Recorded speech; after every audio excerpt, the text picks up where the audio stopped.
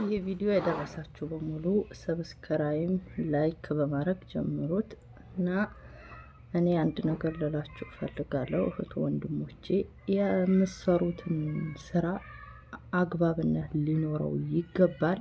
እሱ ምንድነው? እናንተ የምትሰሩት አንድ ለቤተሰብ ነው፣ ለእህት ለወንድም ነው፣ ላጎት ላያት ላክስት ነው። ግን እኛ ተመልሰን ወደ እነዛ ሰዎች አንገታችን ብናዞር የት ደረሳችሁ የት ገባችሁ የሚለን ሰው የለም።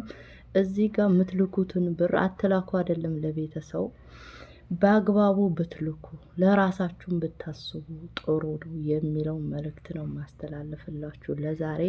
እና ሁላችሁም ላይክ ካርጉ ኮሜንትም አርጉልኝ እና አበረታቱኝ እላችኋለሁ እህት ወንድሞቼ። ያው መለፍለፋችን ካልቀረ ወደ ዩቲዩብ ተመልሰናል እና አበረታቱኝ።